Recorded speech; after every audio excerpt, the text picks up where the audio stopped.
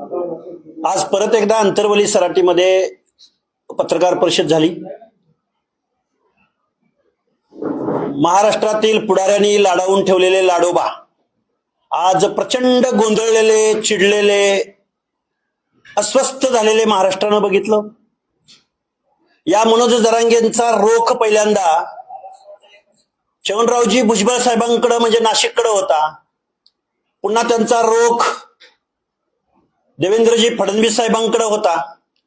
परत त्यांचा रोख परळीच्या मुंडे बंधू भगिनींकडे होता। पण आजच्या त्यांच्या पत्रकार परिषदेचं वैशिष्ट्य हे होतं की आज त्यांनी या महाराष्ट्राचे माजी मुख्यमंत्री आणि आत्ताचे उपमुख्यमंत्री एकनाथरावजी शिंदे यांच्याकडे रोख वळवला। मनोज जरांगेंना नक्की झालंय काय, त्यांची चिडचिड समजू शकतो मी। बघा, ते काल बोलले की मी जी प्रमाणपत्र रद्द झालेत त्यांचा उद्या समाचार घेणार आहे। ज्यांची प्रमाणपत्र रद्द झाली त्यांच्यावर हा माणूस एक ब्र शब्द बोलला नाही। बोलले कुणावर? दहीहंडे यांच्या प्रमाणपत्र रद्द होण्यावर। त्यांचा दावा असा आहे की दहीहंडेंकडे नोंद सापडली तर 3000 दहीहंडेंना प्रमाणपत्र मिळालं पाहिजे। हे आजची जी पत्रकार परिषद होती मनोज जरांगेंची, हे आजपर्यंत दावा करत होते की मी छावा आहे, मी वाघ आहे। पण आज ते बळीचा बकरा दिसले मला, बळीचा बकरा। तेच बोलले, मी नाही बोलत। परत तुम्ही म्हणसाल तुम्ही त्यांच्यावर टीका करताय का, तेच बोलले की माझा बळीचा बकरा। हे बघा, इथं प्रमाणपत्र इश्यू करणारी एक संस्था असते आणि ते प्रमाणपत्र व्हॅलिड ठरवणारी क्वासाई ज्युडिशियरी स्वरूप आहे, न्यायालयाचा ज्याला दर्जा आहे, ती लोक प्रमाणपत्र व्हॅलिड करत असतात। मनोज जरांगेंना तेच मान्य नाही। मुळात अशा क्वासाई ज्युडिशियरी स्वरूप असणाऱ्या एखाद्या संस्थेला कुठलाही पुढारी फोन करू शकत नाही। असं करणं म्हणजे न्याय व्यवस्थेमध्ये हस्तक्षेप करणं। अरे, आम्ही ओबीसी मधली माणसं आहोत, आम्ही व्हीजीएनटी मधली माणसं आहोत, आरक्षण घेणारे एससी एसटी बांधव आहेत। या लोकांनी कधी प्रमाणपत्र रद्द झालं म्हणून आम्ही तुम्हाला बघून घेऊ, आम्ही तुम्हाला पराभूत करू, अशी भाषा कधी वापरली नाही। आम्ही संविधान मानणारी लोक आहोत, आम्ही कायदा मानणारी लोक आहोत, आम्ही इथं समतेचं तत्व संविधानानं जे स्वीकारलंय, हर एक माणसाचा हक्क अधिकार मानणारी माणसं आहोत आणि आम्ही बघून घेऊ। आणि काय, हे बघा, हे आंदोलन मनोज जरांगेंचं शिक्षण आणि नोकऱ्यांवरचं आंदोलन आता राजकारणापर्यंत येऊन पोहोचलंय। आजची पत्रकार परिषद ते त्या प्रमाणपत्रावर बोललेच नाहीत। ते बोलले आम्ही भुमरेला कसं निवडून आणलं, आम्ही शिरसाटांना निवडून कसं आणलं। परत एकनाथरावजी शिंदेंना म्हणले तुमच्यावरचा गद्दारीचा डाग आम्ही पुसला। हे आज नवीन महाराष्ट्राला नवीनच कळलंय। म्हणजे मनोज जरांगे आंदोलन उभं करून, दोन समाजामध्ये तेढ निर्माण करून या महाराष्ट्रामध्ये कुणाच्या तरी अजेंड्यावर काम करत होते। आज ते स्वतः बोललेले। आणि हे बोलत असताना मनोज जरांगेंनी अजून एक आमच्यावर आरोप केलेला आहे। मंत्रालय परिसरामध्ये बाळासाहेब भवन नावाचं शिवसेनेचं एक कार्यालय आहे। त्या कार्यालयामध्ये माझे सहकारी किंवा मी, आम्हाला शिवसेनेच्या पदाधिकाऱ्यांनी बोलून नेऊन आमचा गुरुपौर्णिमे दिवशी सत्कार केला। मनोज जरांगे म्हणतो की हे लोक तिथं कशा काय आले। मनोज जरांगेला माझा एक सवाल आहे, तुझ्या बापाचं घर आहे का शिवसेना भवन म्हणजे? आम्ही ओबीसी बांधव आहोत। एकनाथरावजी शिंदे फक्त एका जातीचे नेते आहेत का? अरे मनोज जरांगे एकनाथराव शिंदे साहेबांचं नेतृत्व मर्यादित का करतोय? एका समाजापुरतं तू का मर्यादित करतोय? अरे ते महाराष्ट्राचे माजी मुख्यमंत्री होते, आता उपमुख्यमंत्री आहेत। त्यांच्या पक्षामध्ये ओबीसी नेते नाहीत का? त्यांच्या पक्षांना ओबीसीने मतदान केलं नाही का? मग ओबीसीचा एखादा कार्यकर्ता त्यांच्या कार्यालयात गेला तर तुझ्या पोटात पोटशिळ उठायचं कारण काय? त्यामुळं ब्राह्मण समाजाचे आहेत म्हणून देवेंद्र फडणवीस हे तुझे विरोधक आजपर्यंत होते। एकनाथराव शिंदेच्या कार्यालयामध्ये एखादा ओबीसी कार्यकर्ता गेला म्हणून त्याला तू धारेवर जाणार। अरे ओबीसींच्या मताचा अधिकार काढून बिडून घेतला की काय? मुळात संविधान मानणारे आणि पक्ष पार्टी ज्यावेळी चालवावी लागते त्यावेळी सगळ्यांचं मतदान हवं असतं, सगळ्यांच्या प्रश्नावर त्यांना काम करावं लागतं।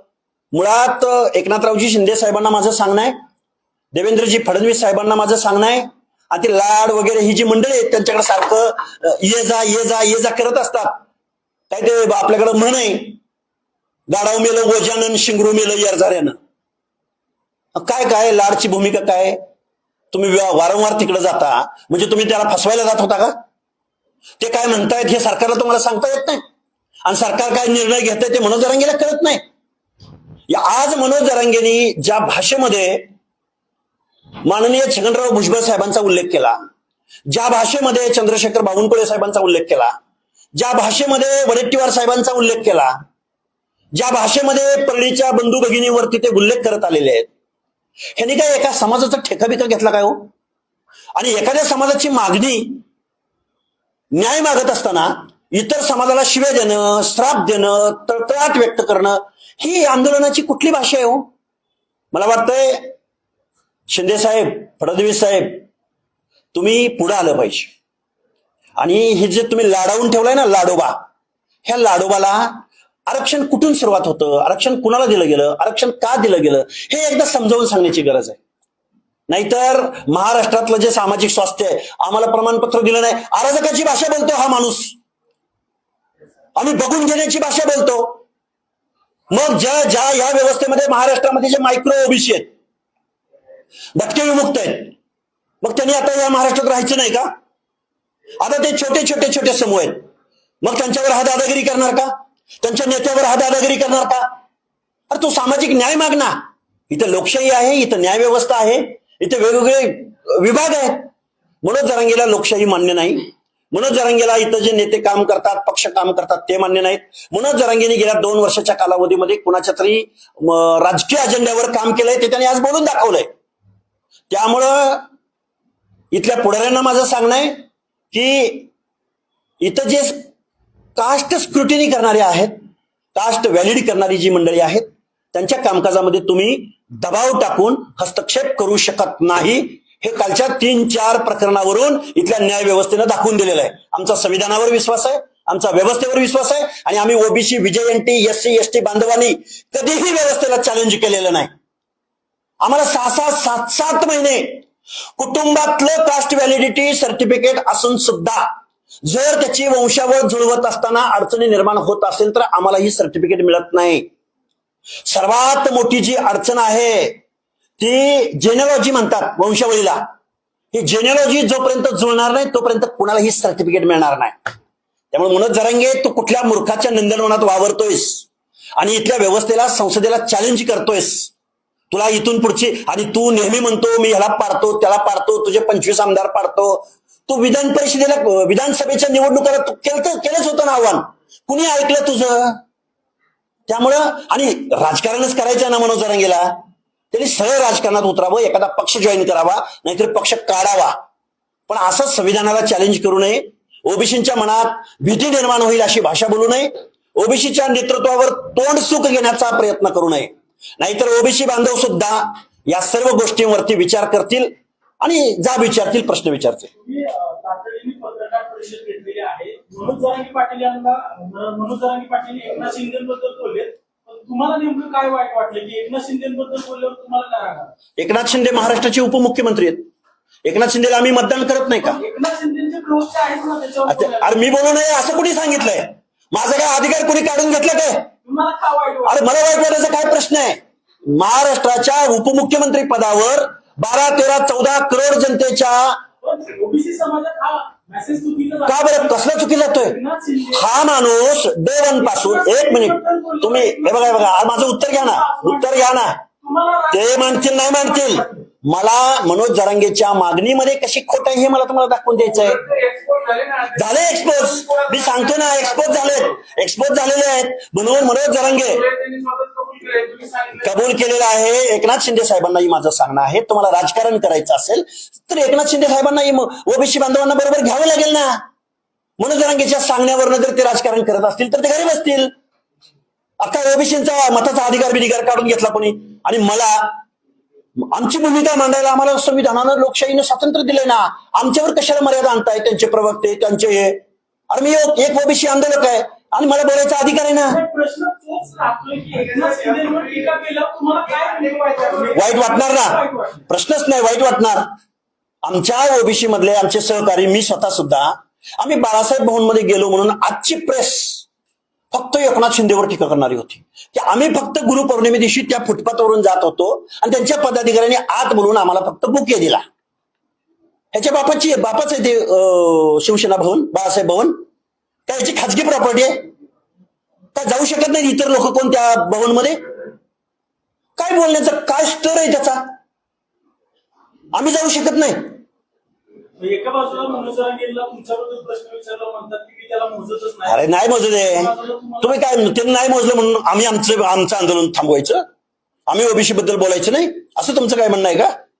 मोजलं. अरे आमची जात ह्या जनगणना करतच नाहीत ना, आजपर्यंत केलीच नाही ना. आम्हाला मोजलं असतं ना, आमची संख्या आम्हाला कळली असती तर ह्यांचं कशाला एवढं चाललं असतं मग आज? किंवा तुम्ही एकनाथ शिंदेचं लक्षात आणून दिलं की मोठं केलं. हे बघा, मी आता तुमच्या माध्यमातून माननीय एकनाथरावजी शिंदे साहेबांना सांगू इच्छितो, माननीय फडणवीस साहेबांना मी सांगू इच्छितो, मनोज जरांगेला तेलात घोळा, तुपात घोळा, पाकात घोळा. तो तुम्हाला आणि आम्हाला आजपर्यंत आम्ही एक समजून चालत होतो.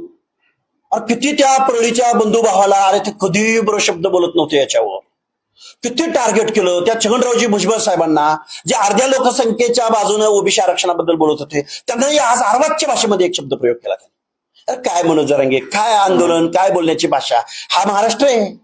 महाराष्ट्रामध्ये इथं भल्या भल्यांचं वेगळं संविधान विरोधी बेकायदा आंदोलन महाराष्ट्रानं गारद केलेले आहेत. त्यामुळे तू कुणाकुणावर बोलत होता? मराठा समन्वयकांवर बोलला, कोण प्रवक्त्यांवर बोलला. आज तू एक नेता सोडला नाही त्यांनी. आजची पत्रकार परिषद मनोज जरांगेंची म्हणजे फंबल झालेली पत्रकार परिषद, गोंधळलेली पत्रकार परिषद. वाघाचा मांजर झालेला मी आज मनोज जरांगेंना बघितला. मांजर म्याव झाला, म्याव. कसलं काय वाघ होते ते दावा करत होते, पण आज प्रत्यक्षात ते बळीचा बकरा दिसले आम्हाला. ते स्वतः बोललेत, आम्ही नाही बोलत. परत माणसाला तुम्ही त्यांच्यावर आरोप करताय का? ते म्हणले माझा बळीचा बकरा, माझा बळीचा बकरा. आजपर्यंत फडणवीसांना त्यांच्या जातीवरून त्यांची आयमाय काढत होता. आज तो शिंदे साहेबांना म्हणतोय ह्याव झालं, त्याव झालं, त्याव झालं. हे काय चाललंय नक्की याचं? तो आरक्षणाची लढाई लढतोय, तो शिक्षण आणि नोकऱ्याची. परत एक अजून एक बोलले बघा, म्हणे आमचा हवालदारच राहतो आणि यांचं पदोन्नतीनं डीवायएसपी होतो. तुला कुणी सांगितलं रे पदोन्नतीमध्ये आरक्षण आहे म्हणून? अरे आमची ती माणसं SC ST मधली माणसं कोर्टामध्ये लढतायत, अनेक न्यायालयांनी त्याच्यावरती निर्णय दिलेले आहेत. ह्याला नक्की ह्याला सल्ला कोण देतं हेच मला कळत नाही. हायकोर्ट पदोन्नती आरक्षण, अरे येड्याचा बाजार आणि खुळ्याची जत्रा. ह्याच्यावर टीका कर, त्याच्यावर टीका कर, त्याच्यावर टीका कर, ह्याच्यावर टीका कर. आणि कास्ट स्क्रुटिनी, कास्ट व्हॅलिडिटी नाही, वंशावळ नाही जुळली तर नाही मिळत प्रमाणपत्र. जे प्रमाणपत्र मिळाले होते, जे 2 गुरुजी नावं सांगितली, त्यांना शिक्षणात लाभ भेटला नाही असे त्यांनी काही पुरावे करून दाखवलेले आहेत. त्यांनी डॉक्युमेंट प्रोव्हाइड केले. हे बघा, जे डॉक्युमेंट दिलेले आहेत, तुम्ही ज्या दहीहंडे च्या बद्दल बोलताय, त्यांनी बोलायला कुणावर पाहिजे होतं? काल त्यांनी आव्हान काय केलं होतं? त्यांनी त्या ज्योती शिंदेचं प्रमाणपत्र रद्द झालंय त्यावर बोलायला पाहिजे. पण दहीहंडीचं प्रमाणपत्र नेमकं काय रद्द केलं ते तुमच्याकडे काही कारण आहे? कारण म्हणजे तिथं ती न्याय व्यवस्था आहे, ते कास्ट व्हॅलिड करणारी संस्था आहे, त्यांनी त्याचं कारण दिलं असेल ना. तिथं न्याय व्यवस्था, अरे न्याय व्यवस्थेच्या निर्णयामध्ये तुम्ही आम्ही नाही बोलू शकत. त्याच्यावर ते जाऊ शकतात, वरच्या कोर्टामध्ये जाऊ शकतात. म्हणणं की राजकीय द्वेषात रद्द केलेलं आहे. कसं काय राजकीय? कुणीही कुणावरही कुणाचंही सर्टिफिकेट रद्द करू शकत नाही. तसं केलं असलं तर तुम्हाला वरच्या न्यायालयात दाद मागता येते. इथं कोणही पॉलिटिशियन या ज्या कॉसाई ज्युडिशरी स्वरूप असलेल्या, त्यामध्ये महिला आयोग असेल, त्यामध्ये मागासवर्ग आयोग असेल, त्यामध्ये कास्ट व्हॅलिडिटी कमिशन असेल, ह्यांच्यामध्ये कोण हस्तक्षेप नाही करू शकत. मनोज दादा असं कुणाला कुठला लीडर, कुठला पुढारी फोन करू शकत नाही. इथं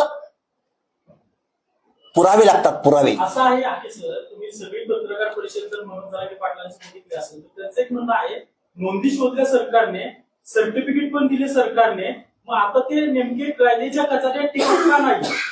हे बघा, हे तुम्ही जे प्रश्न विचारताय हे काय मराठा समाजासाठी नाहीये, हे SC ST साठी पण हीच प्रोसेस आहे.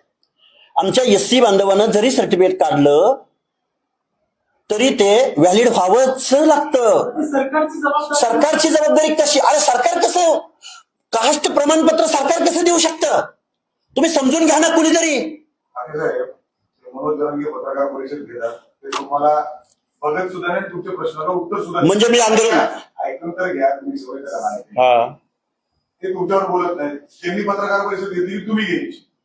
ते कधी मुख्यमंत्र्यांना चांगलं म्हणतात, कधी वाईट म्हणतात.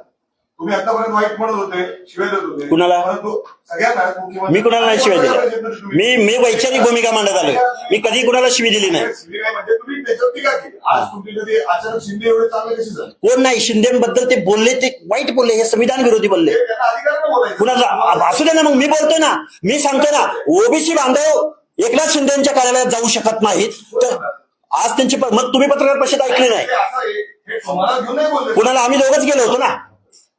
मग हे तुम्हाला माहिती नाही. ओबीसी म्हणजे समाजात प्रश्नच आम्हीच. अरे मग ते काय मराठा समाजाची मालक आहेत काय? बोलतील ना ते. मग ते मी पण बोलतो ना, मग ओबीसीचं.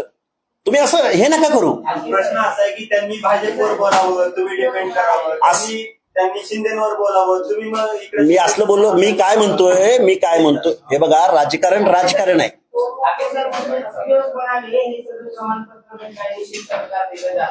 मग एकनाथ शिंदे स्वतःच्या राजकारणासाठी हे सगळं घडवून आणलं का?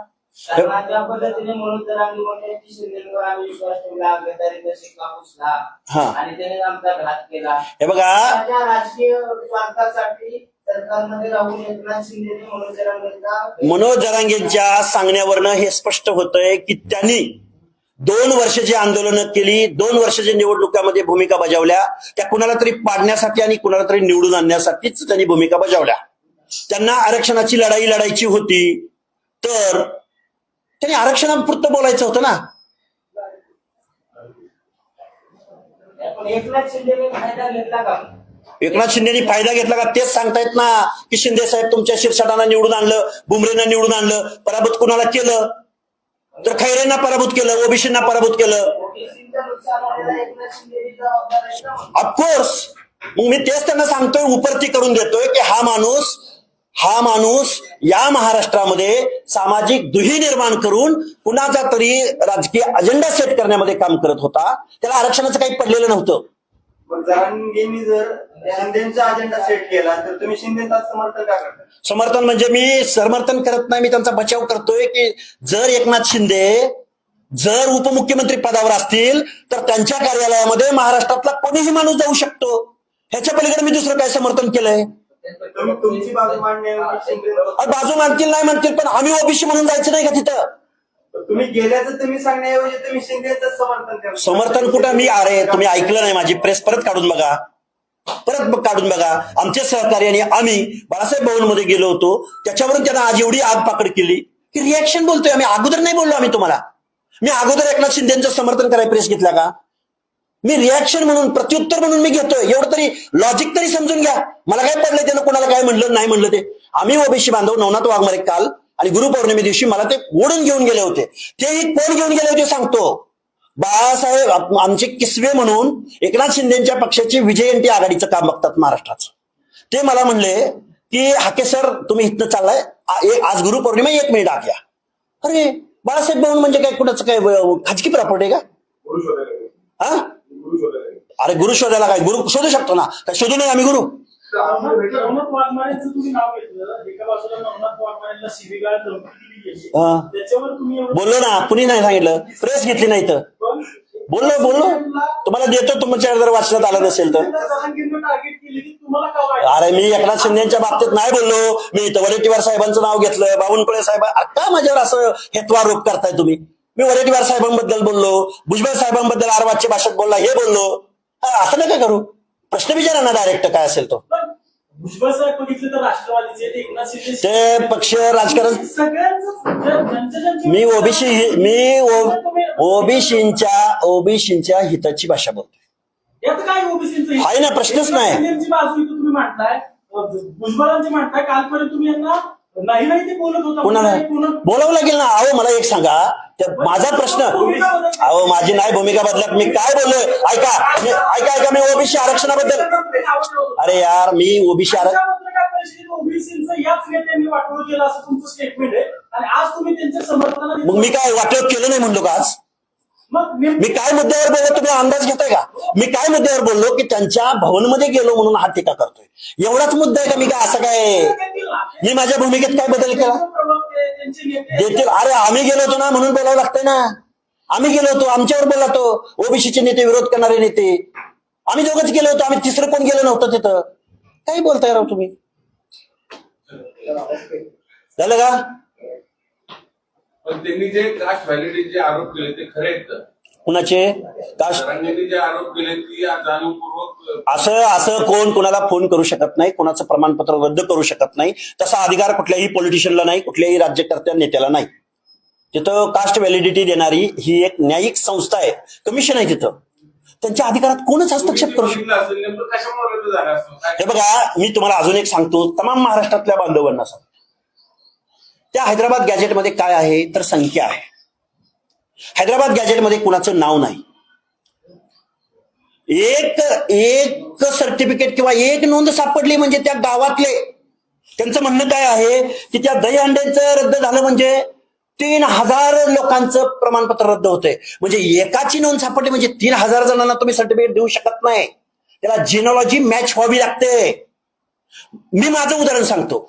माझ्या मुलाचं जर मला कास्ट व्हॅलिडिटी काढायचं असेल तर माझ्या भावकीतलं चालत नाही. त्या भावकीची वंशावळ जोपर्यंत त्या प्रमाणपत्राला जाऊन मॅच होत नाही, त्या वंशावळीमध्ये ते प्रमाणपत्र जोपर्यंत मॅच होणार नाही तोपर्यंत मला सर्टिफिकेट भेटत नाही. माझं कास्ट व्हॅलिडिटी व्हॅलिड होत नाही. ही न्याय व्यवस्था आहे. न्याय व्यवस्थेसमोर नाही कोण काही करू शकत. या केसमध्ये काय झालं नेमकं? या केसमध्ये जुळली पाहिजे ना वंशावळ, जेनेलॉजी जुळली, प्रश्नच नाही. कशी जुळणार? कुणाचं तरी सगळे डॉक्युमेंट दाखवून काय डॉक्युमेंट दाखवते? व्हॅलिड पाहिजे डॉक्युमेंट. रक्ताच्या नात्यातलं लागतो. कसं प्रूव्ह करणार? वंशावळ जुळली पाहिजे की नाही? तुम्हाला एक उदाहरण सांगतो. एका XYZ आडनावाचं एक नोंद सापडली. त्या नोंदीवरून गावातल्या त्या आडनावाच्या माणसांना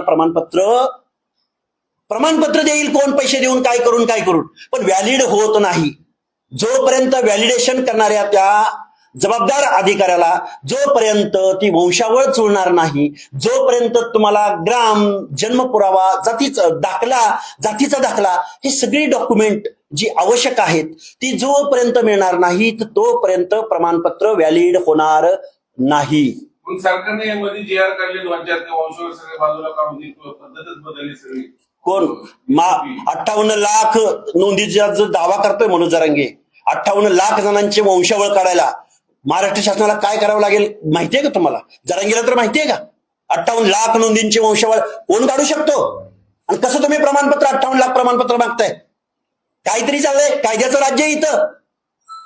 तुम्हीच मागे म्हणाला होता की ओबीसीचं आरक्षण संपलंय, मराठ्यांची घुसखोरी झाली. मग तुम्हीच म्हणताय की व्हॅलिडेशनच नाही. व्हॅलिडेशन नाही म्हणजे ओबीसीचं आरक्षण कसं संपलं? तुम्ही बांधवांनो थोडासा अभ्यास वाढवा. प्रमाणपत्र दिलेत, नोंदी काढलेत म्हणजे ती प्रमाणपत्र व्हॅलिड आहेत का नाही हे व्हॅलिड करणारी परत संस्था आहे.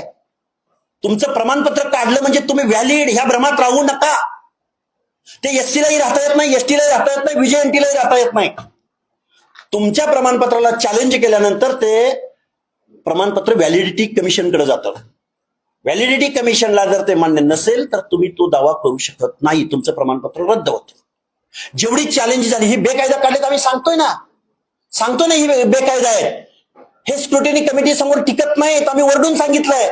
पण बेजबाबदार बेकायदा ज्याच्या विरुद्ध आपण दखल मागितली नाही, न्याय मागितला नाही, ते तसेच घेऊन जातात. मला सांगा, सातारा जिल्हा परिषद अध्यक्ष आमदाराच्या पत्नी आहेत शिंदे, त्यांना 11 वाजता प्रमाणपत्र मिळालं आणि त्या 2-2:30 वाजता त्या साताऱ्याच्या जिल्हा परिषद अध्यक्षपदी त्यांची निवड झाली. झालं ना चॅलेंज?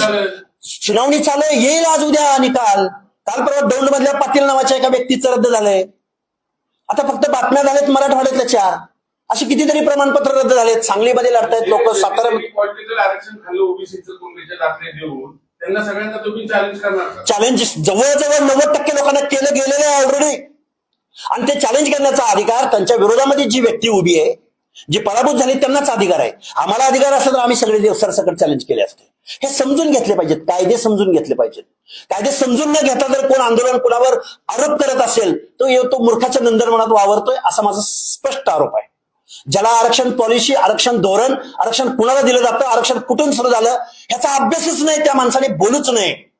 मग असे चॅलेंज झालेले किती आहेत? 90% 12 जिल्ह्यामध्ये जनजागृती सुरू. तुमचा आरोप आहे जसं खोटे तुम्ही दाखले देऊन ओबीसीचं आरक्षण खाल्लं जिथं मराठा समाजाने, तिथं तर त्या सगळ्या जागांवर तुम्ही चॅलेंज करणार का तिथे उमेदवारांना? विरोधी उमेदवारांनी ऑलरेडी चॅलेंज केलेलं आहे. आधेमध्ये आमचे मित्र ऍडव्होकेट मंगेश ससाने, मृणाल डोले पाटील, आमच्या सांगलीचे ऍडव्होकेट कोलेकर आहेत, परत साताऱ्याची काही मंडळी आहेत, परत इथं आमच्या भाजपचे ज्येष्ठ नेते दौरी साहेब आहेत, बरीच लोक आहेत. आणि आम्ही एकमेकांचे सगळे GR, डॉक्युमेंट, पुरावे, स्टेटमेंट एकमेकाला सर्क्युलेट करतोय ना.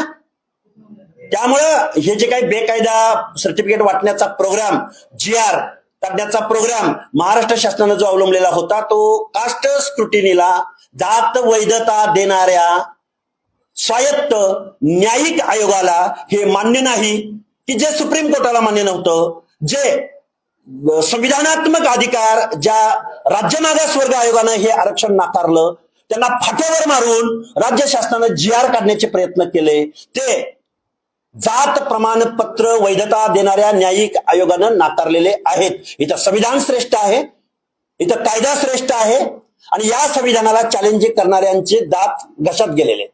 पण आता त्या काळात आपल्याला माहिती, फडणवीसांना अडचणीत आणण्यासाठी शिंदेनी सगळे मराठा राजकारण केलं, स्वतः आरोप यांनीच केले, जरांगेंनी ते कबूल केले. मग याच्यावर शिंदे एक्सपोज झालेत असं तुम्हाला नाही म्हणाल? अहो, जरांगे फंबल झालाय. ते एक्सपोज होतेत का नाही होते तो 2 मिनिटं बाजूला ठेवू. त्यांना कधी फडणवीसावर टीका करावी वाटते, कधी मुंडे बंधू भगिनीवर टीका करावी वाटते, कधी भुजबळावर टीका करतात, कधी वडेट्टीवारावर टीका करतात. आज बावनकुळे, आज नवीन काढले बावनकुळेवर टीका करतात. काय चाललंय नक्की? अरे तुझा शत्रू तर ठरव. आणि कोण असा पॉलिटिशियन राजकारणामध्ये निवडून येणारा माणूस, कोण असा बायस वागेल हो, ज्याला मतं मागायला प्रत्येकाच्या दारासमोर जावं लागतं? कोण एखादा पक्ष चालवणारा एकनाथ शिंदे सारखा माणूस असो, किंवा फडणवीस साहेबांसारखा माणूस असो, किंवा अजून कोण असो, अरे त्यांना मतं मागायला हर एक माणसाच्या दारात जावं लागतं. त्यांना असं बायस वागून चालतं का हो? ओबीसीचा एखादा माणूस जर त्या बाळासाहेब भवनमध्ये गेला म्हणून याला एवढी अडचण झाली होती, जाऊ शकत नाही का हो माणूस तिथं? काय चाललंय नक्की हे? हे मला वाटतंय मराठा समाजामधल्या विचारवंत मंडळींनी, तज्ज्ञ मंडळींनी पुढे आलं पाहिजे. आणि महाराष्ट्र शासनानं पुढाऱ्यांनी लाडोबा बनवून जो ठेवलाय हा माणूस बेकायदा, अरे नक्षलवादी म्हणायला सुद्धा मला लाज वाटते. हा अराजकवादी आहे खरं तर. मला सांगा, एका मोठ्या समुदायात जर अराजक सदृश्य जर त्यांच्या मनामध्ये भावना निर्माण झाली, तर आम्ही मग ओबीसीनी गावगाड्यात राहायचं नाही का? आमची घरं काढणार का हा? मग बघून घेईल मराठा एकदा सुटले तर तुम्हाला मराठ्यांचा मालक झाला का हा? मराठ्यांना आम्ही मतं दिली नाही.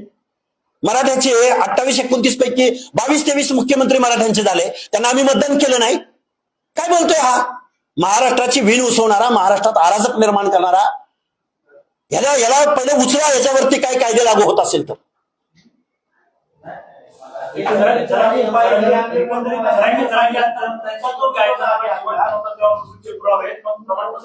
अरे काय बोलतोय, याला कळतंय का?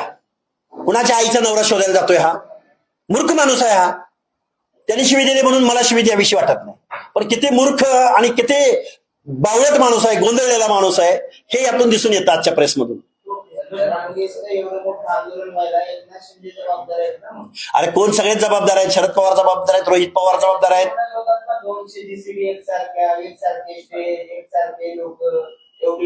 मग म्हणतच होतो ना, आम्ही कुठं नाही म्हणतोय, आता कुठं नाही म्हणलो का? अरे मी एवढ्याच परिप्रेक्षात बोललोय, एवढ्याच इन्व्हर्टेड कॉम्यामध्ये बोललोय. बांधवांनो, इन्व्हर्टेड कॉमा अपस्ट्रॉफी काय ते? अहो, मी तेवढ्याच परिप्रेक्षात बोललोय की त्यांच्या कार्यालयात एखादा ओबीसी कार्यकर्ता जाऊ शकतो का नाही, एवढं बोललोय का मी? काय बाकी त्यांच्या भूमिकेत समर्थन केलंय? तुम्हाला चांगलं माहिती आहे, महाराष्ट्राचं राजकारण जातीपातीवर चालतं. एका जातीच्या नेत्याचा दबाव निर्माण केला जातो, त्याच्यावरून पदं घेतले जातात, राज्य सरकारवर दबाव टाकला जातो. मग मराठा नेते म्हणून काही वर्षात एकनाथ शिंदे पुढे आलेले आहेत, हे सगळ्यांना माहिती आहे. पण ते वाईट असं आहे की मराठा म्हणून जर एखाद्या नेत्याला शिक्का लागला तर बाकीच्यांनी मत आम्ही मत द्यायच नाहीत का त्यांना? त्यांचा एखादा चांगला उमेदवार आहे, मग तेच जबाबदार. तेच सांगतोय की हा माणूस काय तेच सांगतोय. तुम्ही जे बोलला तेच बोललोय ना मी. जबाबदार माणसाला भेटायला का गेले हाच प्रश्न आहे. कुठल्या जबाबदार माणसाला भेटायला गेले? कोण? आता तुम्ही काय म्हणले, एकनाथ शिंदे जबाबदार आहे. कुणाला? त्याच जबाबदार त्याला तुमच्या आरक्षणाला अशा पद्धतीने सगळे पुढारी हे बघा सगळेच पुढारी, कधी काळी सत्तेवर जाणारा पुढारी महाराष्ट्रात ज्याने कुणा आंदोलन केलं की त्याला म्हणतो आम्ही देऊ. पण इथले पुढारी, इथले राजकारणी त्याला असं म्हणत नाहीत, अरे हे सामाजिक मागासांचं आरक्षण आहे, ज्यांच्या बाबतीमध्ये सामाजिक दुजाभाव झाला त्यांचं आरक्षण आहे. तुमचं सुद्धा पाठ झाला असेल की हे सांगून आरक्षण कुणाचं, कशासाठी, का दिलं गेलं. त्या जातीमध्ये जन्माला यावं लागतं, ते सामाजिक दुजाभाव सहन करावा लागतो. असं कुठलं तरी चित्र काढायचं, कुठली तरी हे काढून हैदराबाद गॅजेट. मग ती उर्दू भाषेत ते काय बोललो बघा त्या दहीहंडीच्या बाबतीमध्ये उर्दू शिकायची ना. निजामाचं तुम्हाला पुरावा हवाय तर ती भाषा पण शिकली पाहिजे, तुम्हाला रीतिरिवाज पण ते अवलंबले पाहिजेत. का बरं घ्यावं ना जरांगीने. निजाम म्हणलं म्हणून त्याला वाईट वाटतं. निजामाचा पुरावा चालतो. निजामाचं काय त्याचं काय सिंबॉलिक बोलल्यावर त्याला काय अडचण, काय एवढं वाईट वाटायचं कारण आहे. खूप वास्तव आहे, भयानक आहे हे. ओबीसीच्या माणसांना टार्गेट करू नका. फडणवीसांची आयमाई काढू नका. एकनाथराव शिंदेना जातीत बांधू नका. परळीवाल्याच्या बोलू नका.